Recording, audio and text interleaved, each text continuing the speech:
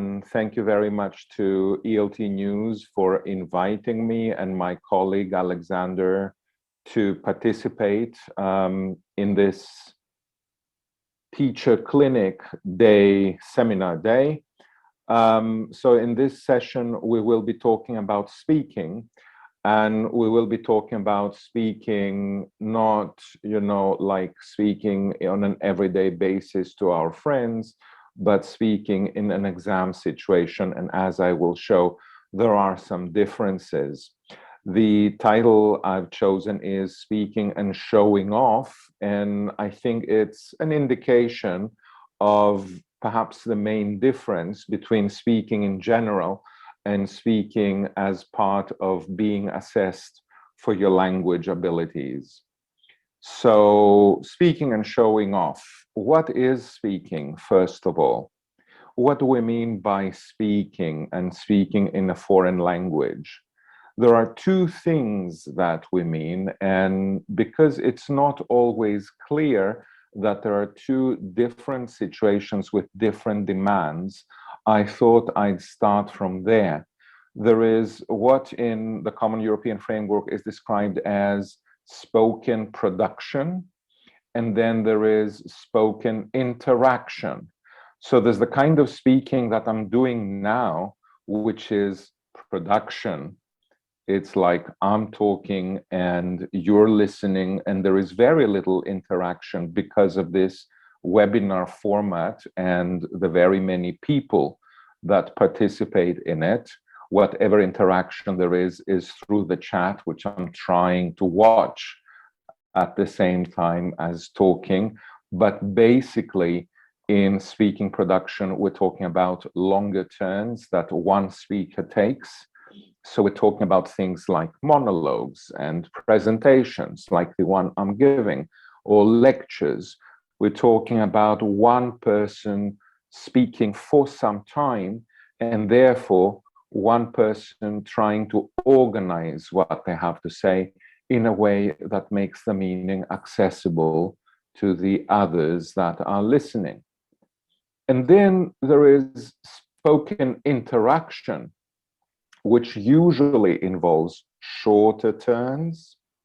It involves things like conversation and more serious discussion, and very often some type of negotiation between the speakers so that they can arrive at a decision that they're all happy with, whether that decision is to do with, what to eat this evening, or it's, whether you agree with the government's latest decisions or not.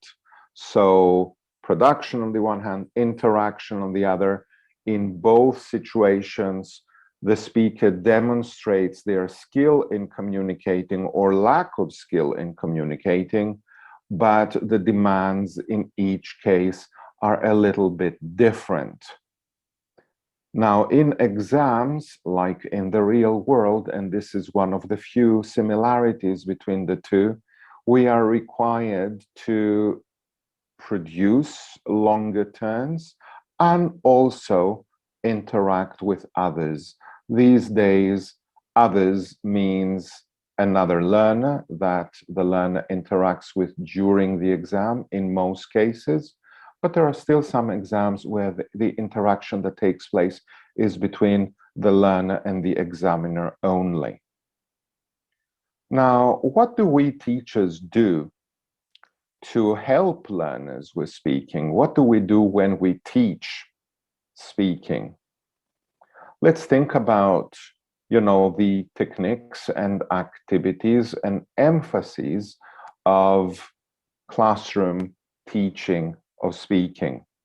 What do good teachers do? They encourage learners to interact with each other.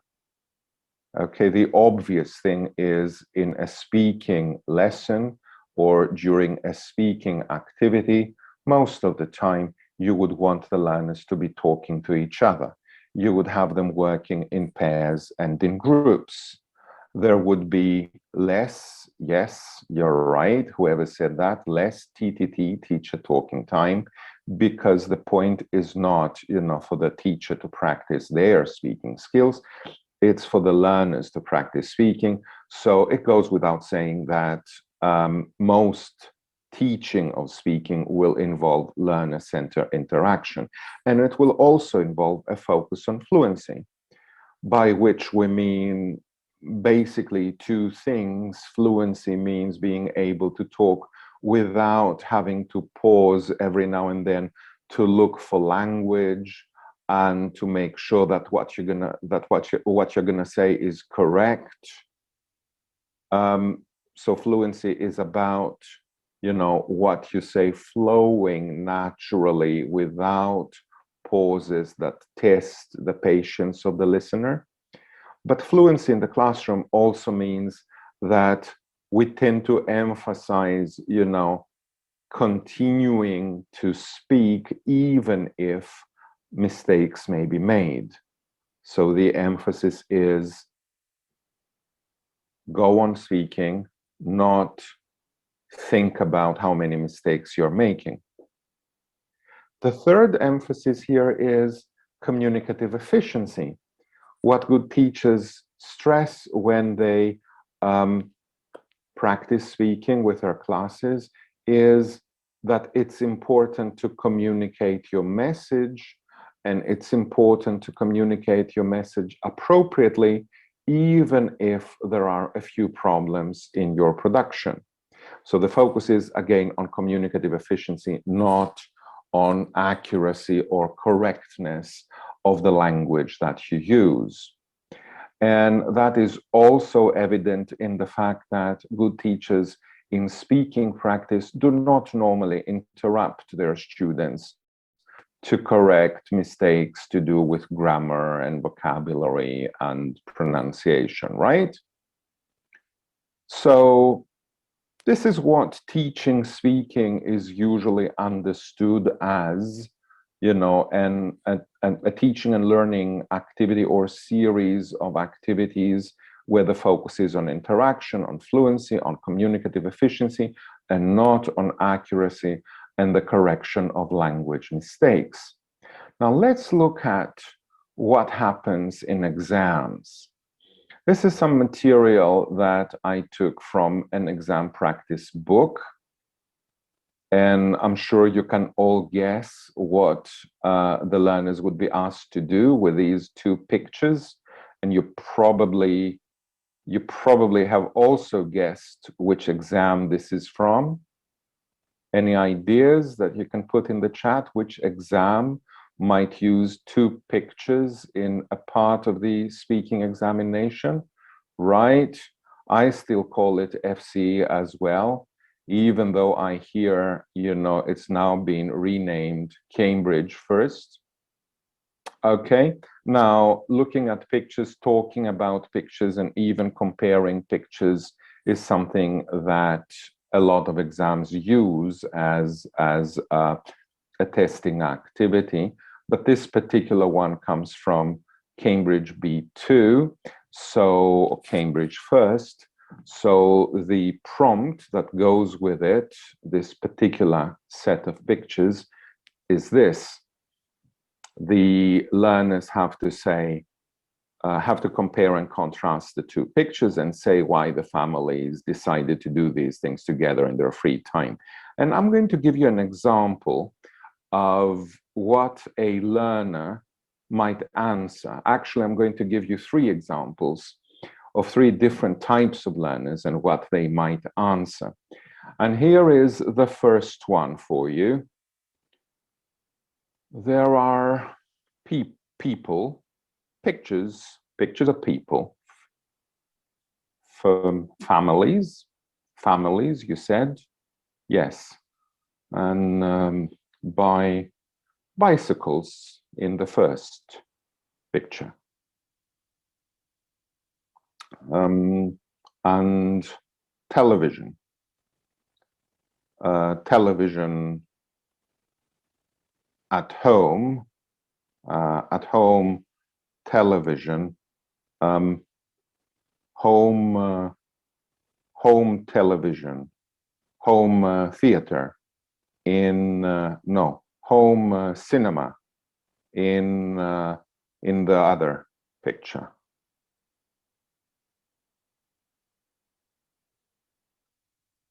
What was this student good at, and what were they less good at?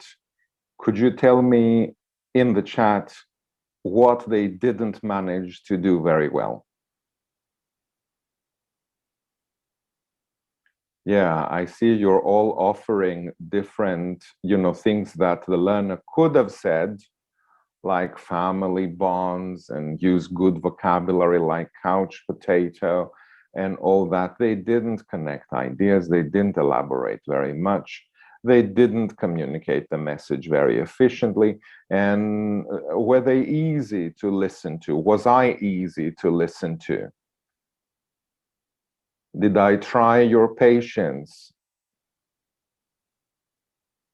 Okay, you just didn't like it and you're saying, no, no, no, no, it was a strain, absolutely. So the biggest problem, there were other problems, of course, but the biggest problem in this performance was fluency. Now let's look at how another student might answer the same question. And here is another example of what a student might say. The images are meant to illustrate families bonding in different ways in their free time.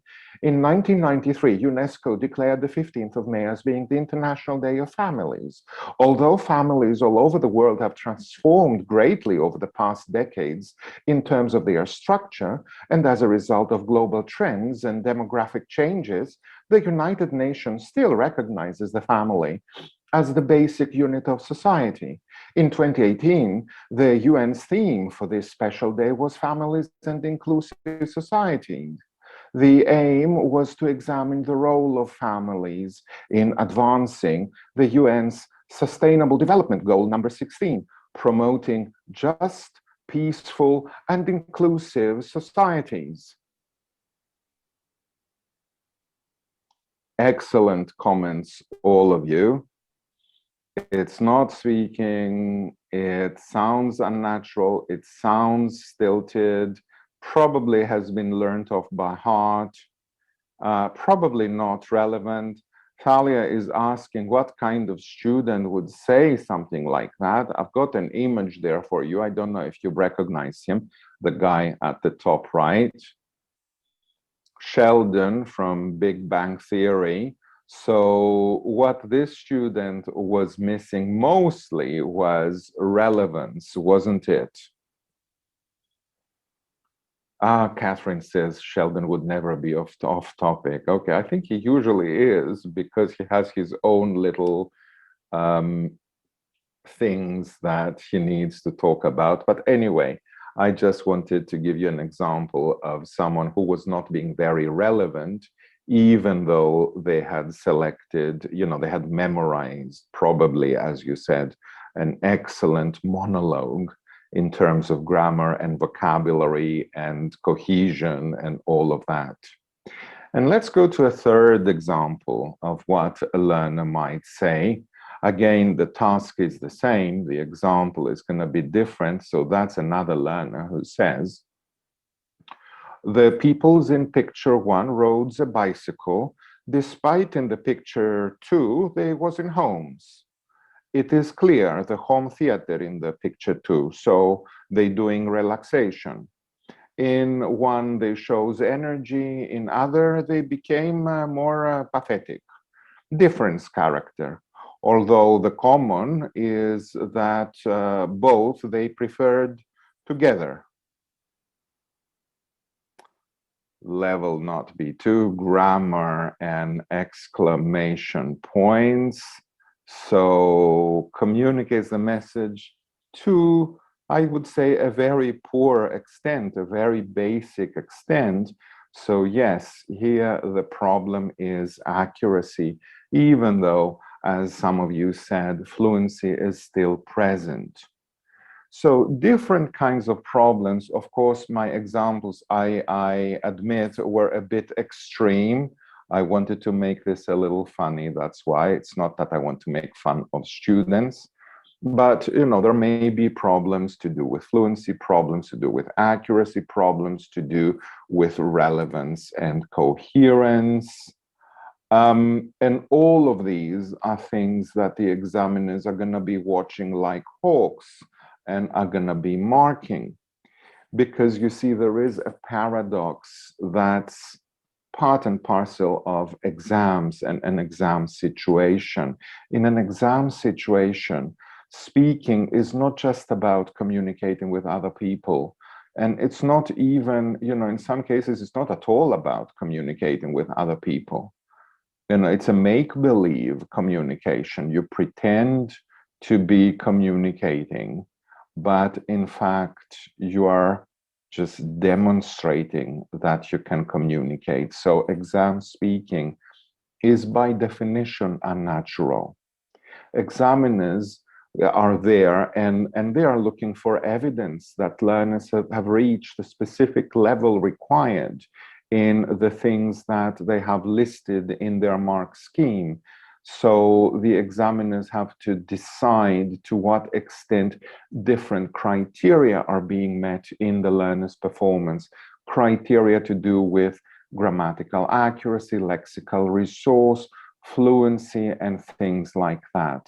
So, these are comments that I stole from examiners' reports, things that examiners say to justify their marks. So for one learner at B1 level, they said, her grammar is generally accurate with occasional errors. For example, the ball R, and she used appropriate vocabulary with occasional errors, such as training tennis. So the examiners are going to take note of every little mistake, right? Or another comment from an examiner. Occasional errors like making photo and professionist. So the type of mistake that in most classroom teaching in speaking activities, teachers would very wisely choose to ignore are errors that will be picked up on, that will be noted, and will affect the learner's assessment, the learner's mark in an exam. And that's, not because examiners are mean or evil, it's because that's the job they have to do. They have to use what the learners are saying as evidence that they can or cannot do certain things in English. And what they are looking for, there are things that are very similar no matter what the exam is, although different examination boards will describe them differently, and different examination boards will place emphasis on different aspects of speaking. But in all of the exams that I've looked at, they do assess things like fluency, the ability of the learner to continue talking without too much hesitation when they are searching for language, grammatical accuracy or correctness of language forms, range of grammar, especially if the level is B2 and above. So how complex the grammar the learner uses is, and how many different structures and sentence types they are able to use. Lexical resource, so the vocabulary they use, is it appropriate? Is it correct? Do they demonstrate that, they have a rich vocabulary? And they're also looking at pronunciation. Is the learner intelligible? Can I understand them? How easily can I understand them? And at more advanced levels or for higher marks, how accurate is the learner's rendition of each sound and of features like stress and rhythm and intonation. Then exams are looking at things that may be more difficult to define, like discourse management. So they look at how much the learner says. Do they say enough? Do they say too much? They look at how coherent what they say is. Does it make sense? Does the one idea follow from the other? and they look at relevance. Has the learner answered the question? Are they on topic, or are they talking about something that they've memorized, which is completely irrelevant? And finally, examiners may be looking for evidence that the learner has developed different kinds of interactive skills and strategies, including, for example, the ability to listen to the person that you are interacting with and understand what they are saying and respond appropriately, but also the ability to initiate something, to start talking. And then, the ability to develop their turn. If they've started talking, can they go on for more than one or two words? And the ability to take turns, especially if there is interaction involved as part of the tasks of the exam. And some of the better exams also look at whether the learners can use repair strategies appropriately, whether they can correct their own mistakes, that is, and whether they can deal successfully with things that they don't know. So there's quite a lot of things that examiners may be looking for. And what the learner has to do in the little time that they have to spend with the examiner is to demonstrate, to show off whatever skill they have in each of these areas. So in the time that we have left, what I would like to do is describe some general strategies, describe some of the things that we can do to help learners become more aware of the demands and the requirements, to help them understand that what they need to do is to show to the examiner what they know, and to help them become aware of exactly what the examiner is looking for. So my first strategy that I'd like to talk about is helping learners develop an awareness of the requirements of the exam. And to help learners develop awareness of the requirements, the first thing that you might do is get learners to understand that there is a difference between natural speaking in the real world, like in life outside the classroom, life outside the examination room, and the kind of speaking that they have to do in the examination room.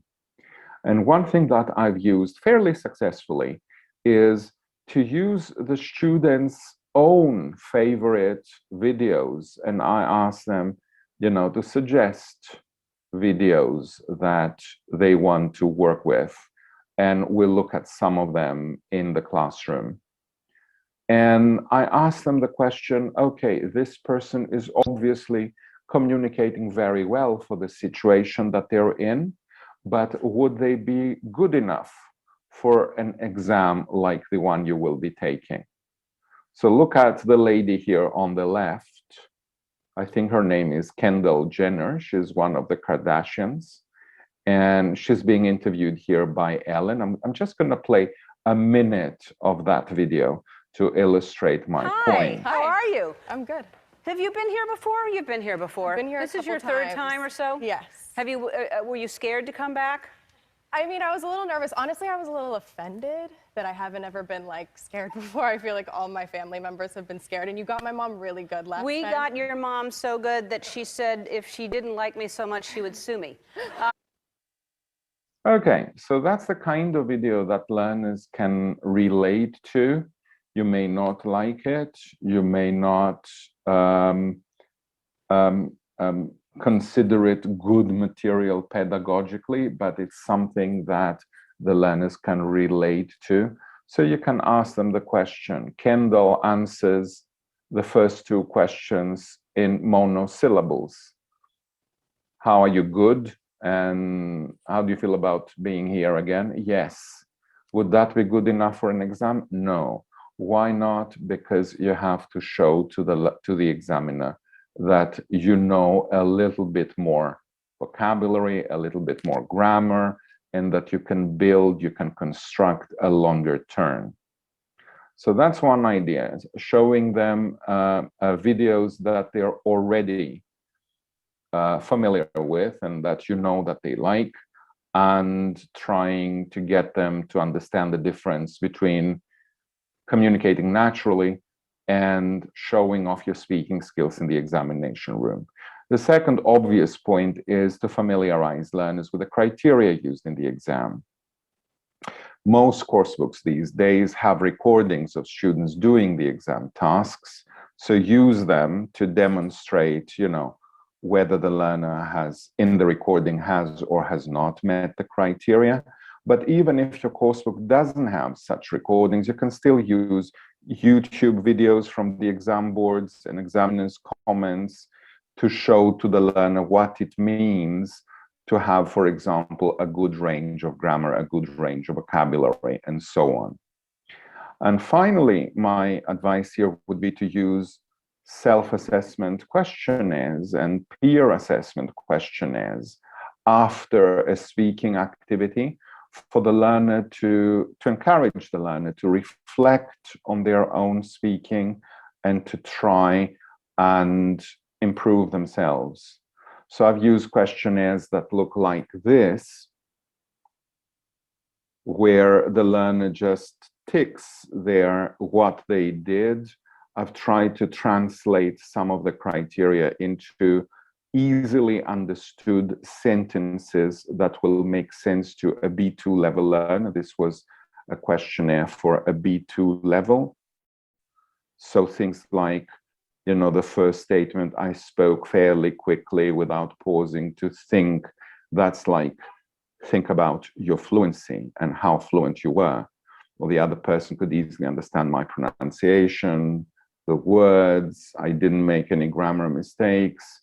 So they think about different aspects of their speaking in relation to the exam, rather than in relation to how successful they were at communicating, because as we said, exams are not about how successful communication was. They are about specific criteria that you have to demonstrate you met. Now, a lot of teachers use models to help the learners, and some overuse them. I remember when I was an examiner, because unfortunately I had to do that as well at some point in my career.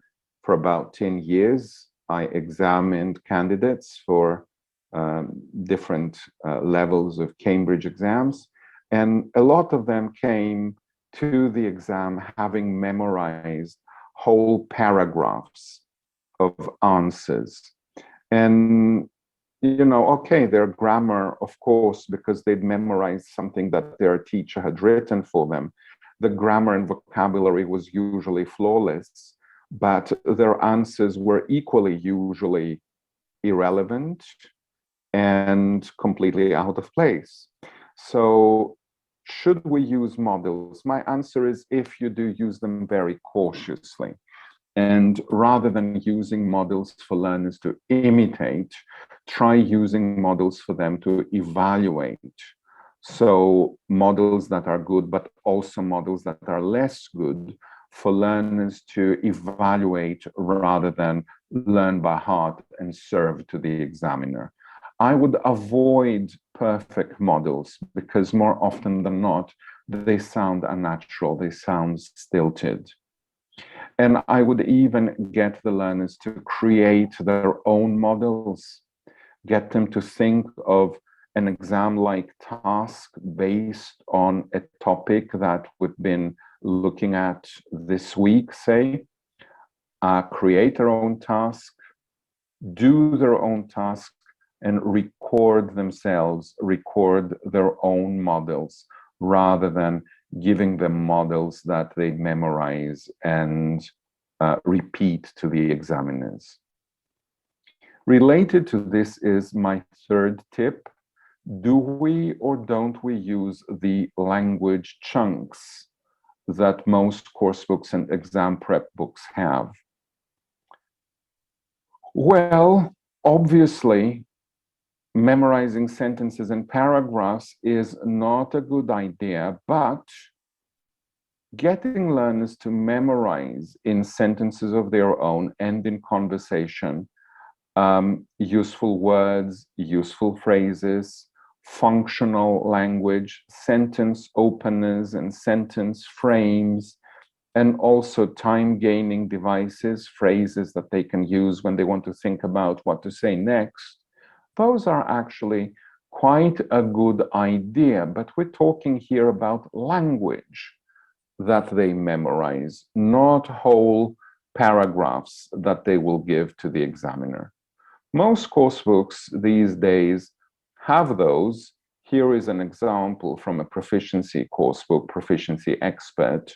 And in this example, the coursebook authors have said, use these words to talk about the photographs on this page, the photographs above. So it's not just, memorize these phrases, but these vocabulary items and turns of phrase and sentence frames might be useful to talk about this topic. See how you can use them. See how you can apply your knowledge. So my fourth tip, because time is running out, pronunciation. It's always amazed me how little time most teachers spend on pronunciation, even if they are the kind of teacher that values exams very much and sees their job mainly as, someone who prepares learners for exams. In most exams, pronunciation accounts for 25% of the total mark or more. So it is a little surprising that we don't spend more time on it, because there are different degrees of intelligibility. I am probably still intelligible if I speak like this. You understand what I am saying, don't you? Can you follow me now? That I am speaking with a less than perfect accent. Okay, so that's intelligible. My normal accent is also intelligible. So there are different degrees of intelligibility. The one might be worth a 2 or a 3 out of 5. The other, for first certificate or advanced, might be worth a lot more. So higher marks require more than just comfortable intelligibility. They require accuracy, and that is reflected in the criteria as well.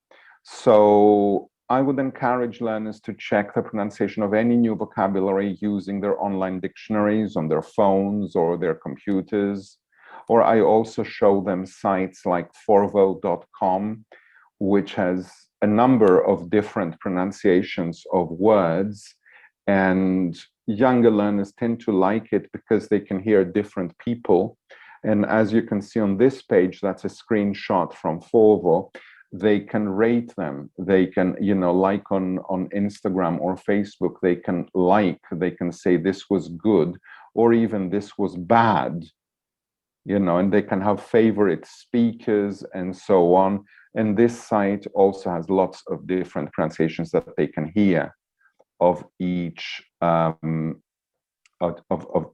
each word that they look at. And another tip that has worked for me is to use the audio recordings and the listening scripts from the listening in our books for activities like shadow reading, where the learner listens and at the same time reads out the script, because that can get them used to the rhythm of the language, the intonation, and so on, provided that you have selected appropriate models for pronunciation out of the listenings that your book includes. And of course, now that we're working online, it's a lot easier for learners to record and assess themselves and each other on their phones, on your LMS, your learning management system, or interactive tools or class presentation tools of your course book, or if everything else fails, you can use a free app like Audacity, which can easily record learners so they can go back and assess themselves, probably with the help of a questionnaire like the one I showed you before for self-assessment and peer assessment. Finally, a few tricks, 7 to be precise, my lucky number, a few tricks and tips for interaction and demonstrating that you can interact well. First, listen to the examiner. First tip that I give the learners, that is, don't be afraid to ask for repetition. You don't lose marks for asking for repetition, but you do for giving an irrelevant answer. Never answer a question with a simple yes or no. Add at least one more phrase, because a simple yes or no doesn't demonstrate any of your abilities to the examiner. When you think you've run out of things to say, you've just said 3 words and you've run out, and the examiner has said you have 30 seconds and you don't know what to do with the remaining 25 seconds, try adding a reason or an example. If you realize you've made a mistake, go back and correct it. You can get credit for it. Awareness of your own performance.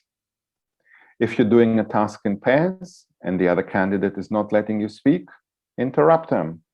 And in classroom activities, I show learners different ways of interrupting and different polite phrases that they can use to do that.